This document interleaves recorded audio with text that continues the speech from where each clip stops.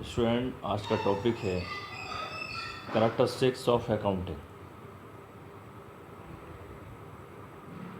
देखिए, नंबर 1 है economic events. इसके ये 2 टाइप्स हैं, इकोनॉमिक इवेंट्स के, इंटरनल इवेंट्स और external events. Economic events is A happening of consequence to a business entity. They can be divided in 2 parts, जैसे number 1 है internal events और number 2 external events.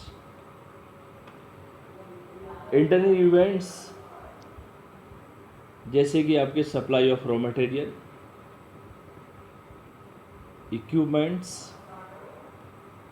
Bye the stores department to the manufacturing department, यानी जहाँ production हो रहा है, जिस equipments की वहाँ ज़रूरत है उसकी पूर्ति करना, प्रोडक्शन के रिगार्डिंग रॉ मटेरियल की पूर्ति करना, जिससे प्रोडक्शन प्रॉपर तरीके से हो सके। It is an economic event. Actional event देखिए, actional events is a transaction which involves the transfer और exchange of something for value between 2 और मोर पर्सन। एग्जाम्पल के तौर पर लिबर्टी शू कंपनी ने शूज़ को सेल किया कस्टमर के लिए। Other example, rendering of service to customers by television, payment of wages to employees, अपने लेबर को पेमेंट करना, payment of monthly rent to the landlord, किराए के मकान में रह रहे हैं, अपने मकान मालिक को किराया देना, purchase of goods from other businessman etcetera, और किसी गुड्स को परचेज करना दूसरे बिजनेसमैन से। ये सब चीज़ें आपके एक्सटर्नल इवेंट में।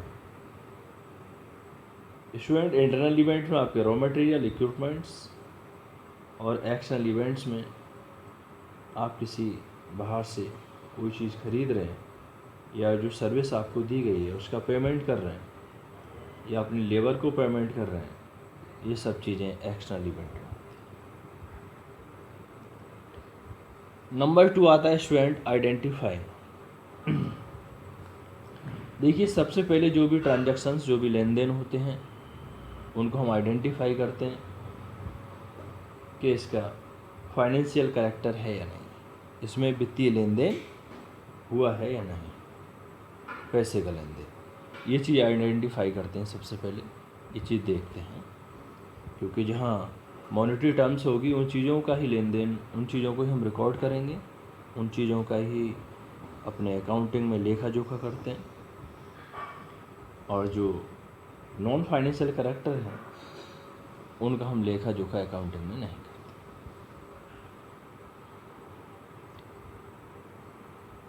Student, accounting records only those transactions and events which are of a financial character. Therefore, it is necessary to identify recordable economic events. Example के तौर पर, सपोज गोपाल को 2000 रुपये का माल बेचा, goods sold to Gopal for 2000 rupees, purchase a machinery for 50,000, 50,000 रुपये की मशीन खरीदी, पेड टू संजय, संजय को भुगतान किया। If an event can not be quantified in terms of money, it is not consider for recording in financial account. Other example, If a businessman enterprise has got a team of dedicated and trusted employee, it is of a great use to the business, but since it is not a financial character, क्योंकि किसी ईमानदारी को, किसी के royalty को मापा नहीं जा सकता। नंबर 3 आता है स्टूडेंट रिकॉर्डिंग। फर्स्टली हमने आइडेंटिफाई कर लिया कि इसका फाइनेंशियल करेक्टर है या नहीं, उसके बाद में हम उसको रिकॉर्ड करते हैं, यानी जो भी लेन देन हुआ है उसका लेखा जोखा करते हैं। Once the economic events are identify and measured in financial terms, they are recorded in an orderly and systematic manner, first in the books of accounts known as recording। और जिन ट्रांजैक्शंस को, जिन लेन then को हमने identify किया और उसका systematic तरीके से orderly wise उनको रिकॉर्ड करते हैं, और किसमें, जहाँ देखा जोखा कर रहे हैं प्रॉपर तरीके से अकाउंट्स में। ये कब करते हैं? पहले आइडेंटिफाई करेंगे तब, उसके बाद सिस्टमेटिक मैनर में अपने बुक्स में उसे रिकॉर्ड करते हैं। Thus an event of recognition of which gives transaction is written first is known as journal, and a recording of transaction in it, it is called an entry। और जहाँ हम इन चीज़ों को रिकॉर्ड करते हैं, जर्नल में रिकॉर्ड करते हैं, और इसी को हम जर्नल एंट्री कहते हैं, जिन्हें हम आगे डिस्कस करेंगे, आगे पढ़ेंगे। अब जर्नल के बाद क्या करते हैं, सब्सिडरी बुक्स हैं, जैसे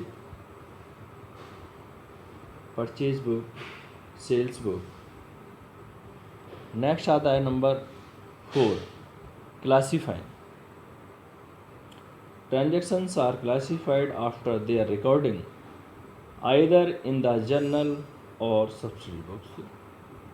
classification is a process of grouping of similar nature of transaction at one place in a separate account. ये book containing several accounts maintained called as ledger। Separate accounts are opened in the ledger for each item। For example के तौर पर purchase account, sales account, Ram account और furniture account, इन चीज़ों को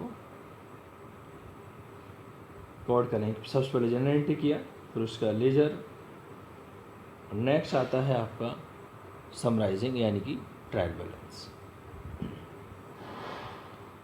this involves presenting the classified data of ledger in a manner which is understandable, useful to the internal as well as external and users of accounting statement. This process includes the balancing of ledger account and the preparation of trial balance with the help of such balances।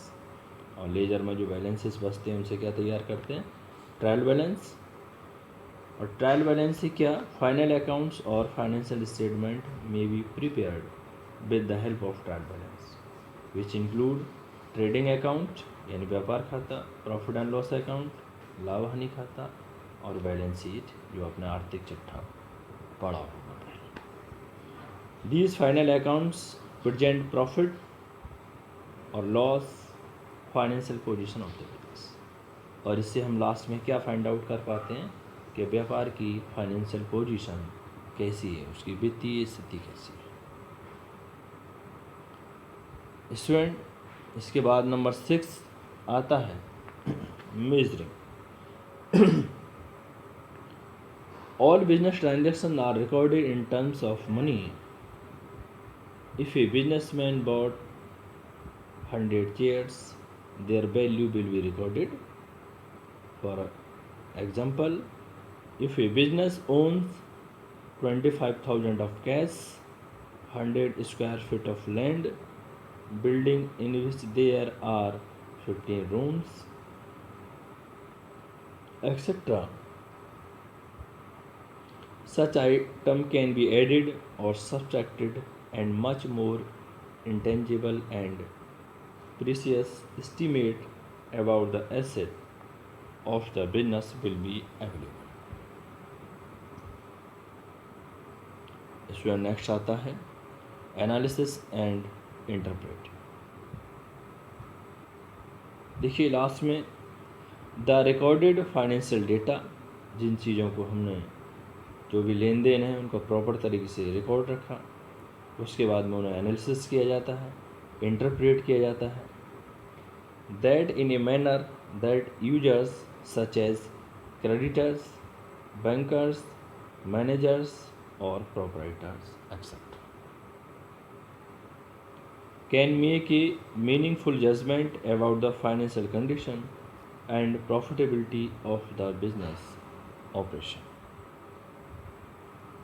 Next और last आता है communicating. It means giving and analyze and interpret data in sub forms, say in forms of financial reports or statement to the end users of the financial information, that is insider like the officers and staff of the business, and outsiders like shareholders, creditors, government, etc. Student, आज के lecture में हमने इसकी accounting की characteristic के बारे में discuss किया। नेक्स्ट लेक्चर में हम इसके स्कोप और फंक्शन ऑफ अकाउंटिंग के बारे में डिस्कस करेंगे। Thank you student.